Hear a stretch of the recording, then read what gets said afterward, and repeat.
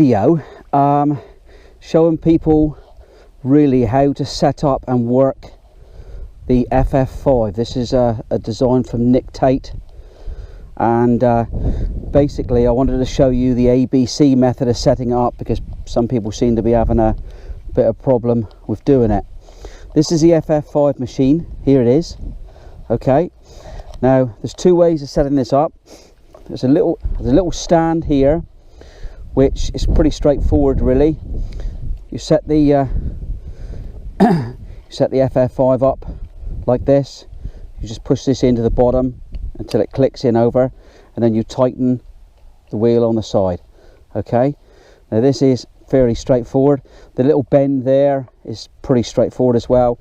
Just helps you to push it into the ground really.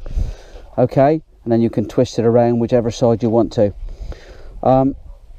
I quite like using these on the standing corn as well. So I've got a little thing which I got made up for me, a small thing like this, such as this, a little bit of tubular thing, a couple of steps you push into the ground, push it into the ground there. Now what I like now is the FF5 on the stand can just fit into the top, such as that. Tighten up the grub screw, and there you see you've got a lot of extra height. Okay, now the FF5 can then work on standing corn or green crop. Brilliant idea really. Nick Tate's from Flightline Decoys, he's made up his own, but this is something I made prior to him making his, so it works very fine for me.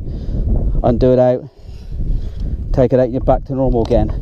So that's basically the stand for the standing wheat really, standing barley, whatever you like really.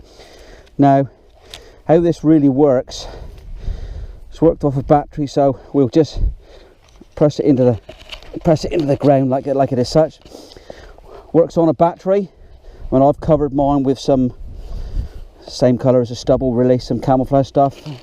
Just an ordinary 12-volt battery, 2 spade ends on the end. Just press one onto the red, one onto the blue, and you see we got movement. Now on this FF5, you see on the side there's 2 buttons. The little button on the bottom is for the speed. Okay, anti-clockwise it's slow. Bring it further, you bring it to the forward, is you can get it going faster, as you can see. All right, the top one is for the amount of flaps you get.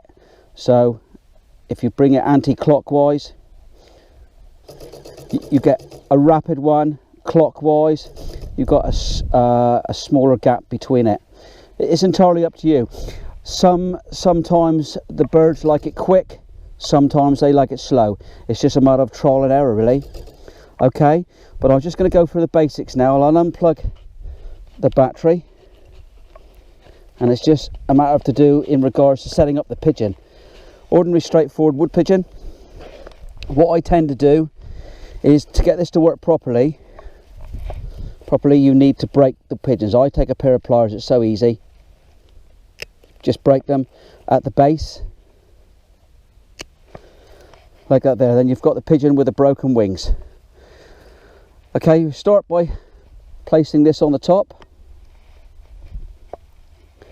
Okay, you get that one in there. You get the 2 legs. The 2 legs then that you just placed down either side of the central bar. Okay, and the best way I find is to just push this little spike through this, bend the wing back through the wing, roughly where the white bars are. Seems to work for me. Do that on both ones again. So then you got your bar, clean your bar up. The thing on the back is a tail spreader. Okay, so what you do, obviously when birds are landing, they tend to spread their tail. So I normally take the end 2, place into the little splitter there, take the end 2 there,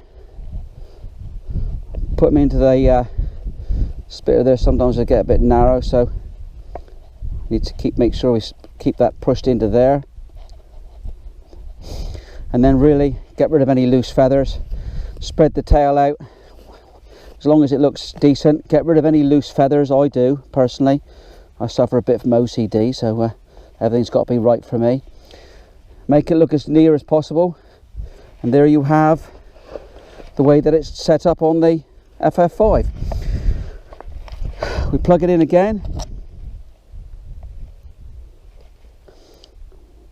plug it into the things again, and as you can see, that's basically how it works. This is a very, very realistic thing. It's worked for me all season. I've got 3, and to be honest, that is so realistic. The further you go back, see how realistic that is.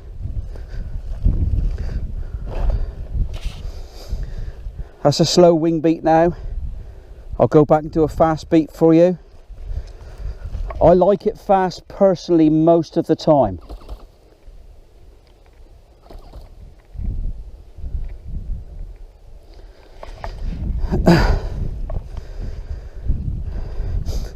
Now that is so realistic. That will bring pigeons in further than you can believe. I usually have probably one quite close to the hide, and one somewhere else in the pattern out on the outside. These have obviously got to face the wind, okay, because all pigeons, as you know, come in against the wind. I think you get one of these in your kit from Nick Tate of Flightline Decoys, and you will increase your birds. All right, hopefully that's explained that good enough for you. Any questions, just phone Nick Tate, not me. Okay, all the best. Cheers.